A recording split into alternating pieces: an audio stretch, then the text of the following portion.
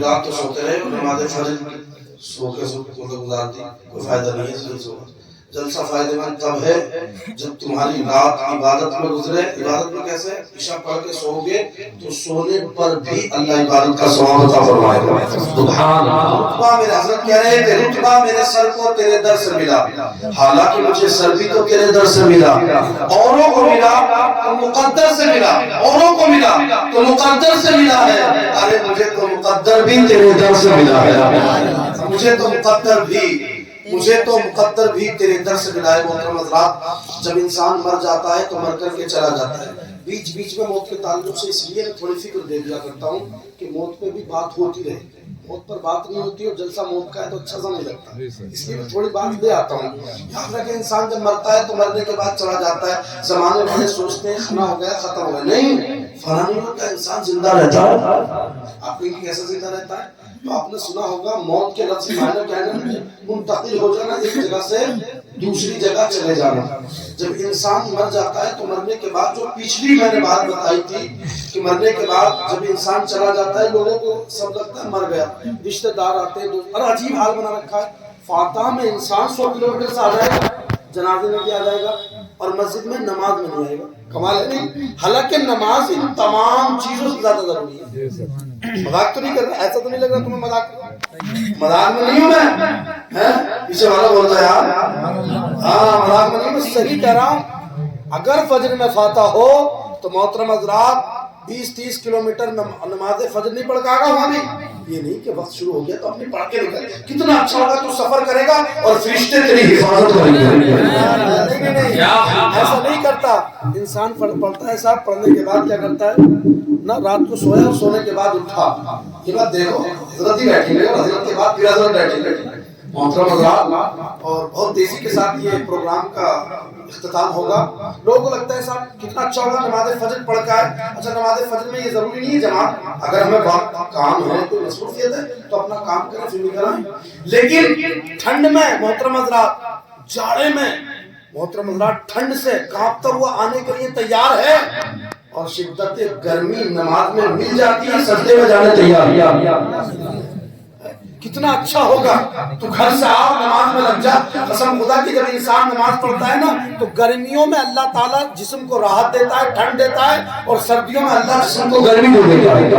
نماز میں کتنی برکت ہے، دیکھا آپ نے کیسے محترم حضرات ملٹیپلائی ہو رہا ہے وقت۔ گرمیوں میں سردی دے رہا اللہ اور سردیوں میں گرمی۔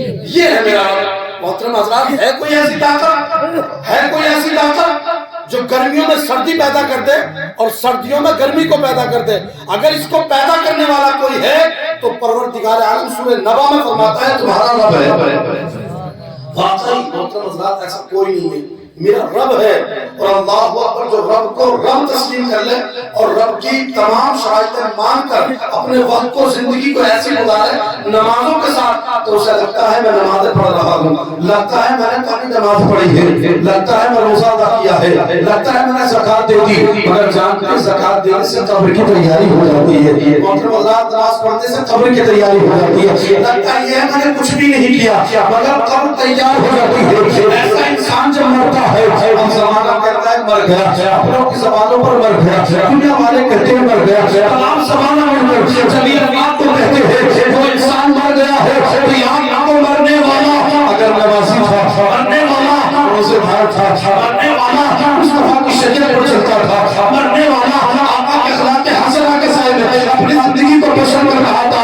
تو آپ لوگوں کی نظام ہے، اپنے کی نگاہ ہے، زمانے کی نگاہ ہے، گھر والے کہہ رہے ہیں، بیگانے کہہ رہے ہیں، گھر محلے والے کہہ رہے ہیں، اپنے محلے والے کہہ رہے ہیں، تمام کی زبانوں پر ہے مر گیا ہے، اپنے کہہ رہے ہیں مر گیا ہے، دوست کہتے ہیں مر گیا ہے، رشتہ دار کہتے ہیں مر گیا ہے، مگر زمانہ مل کر جب یہ کہتا ہے فلاں انسان مر گیا، اللہ کے فرشتے آتے ہیں اور کہتے ہیں خبردار ہو جا، یہ مرنے والا عام انسان نہیں، مصطفیٰ کا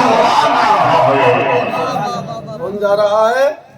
مصطفیٰ کا غلام جا رہا ہے۔ محترم حضرات،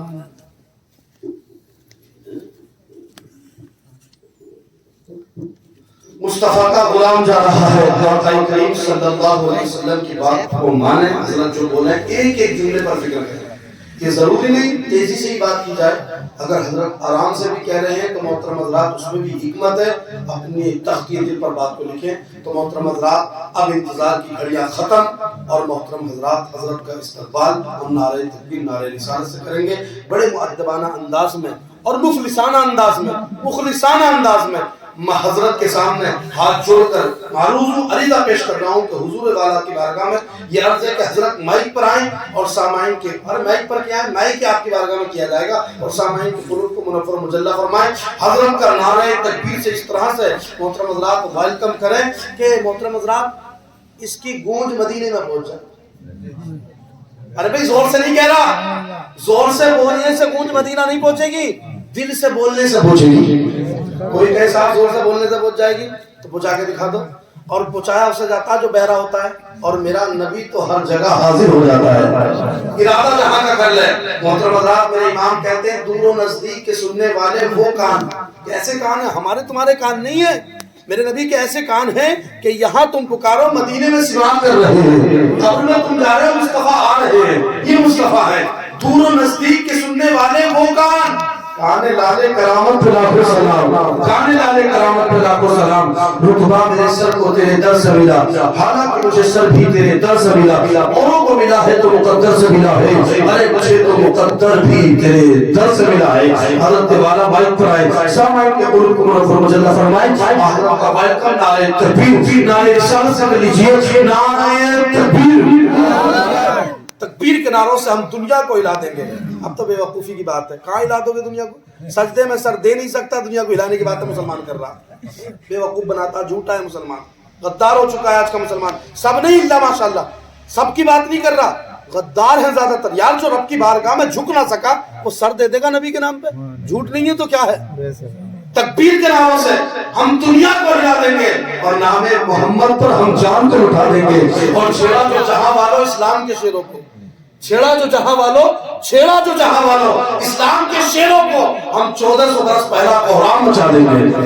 ہم 1400 برس پہلا کوہرام مچا دیں گے. حضرت والا ہے نعرہ تکبیر نعرہ رسالت, حضرت اعلیٰ حضرت علماء اہل سنت, محفل احسان ثواب, اولاد غوث اعظم, نعرہ تکبیر نعرہ رسالت. حضرت کی بارگاہ میں یہ عرض ہے کہ حضرت ان لوگوں کو اس صورت میں سمجھائیں, بلکہ جس صورت میں بھی سمجھائیں اللہ رسول کو حاضر جان کر سمجھائیں. آپ کا کام آپ کیجئے, سمجھانے کا کام میرا رب کر دے گا.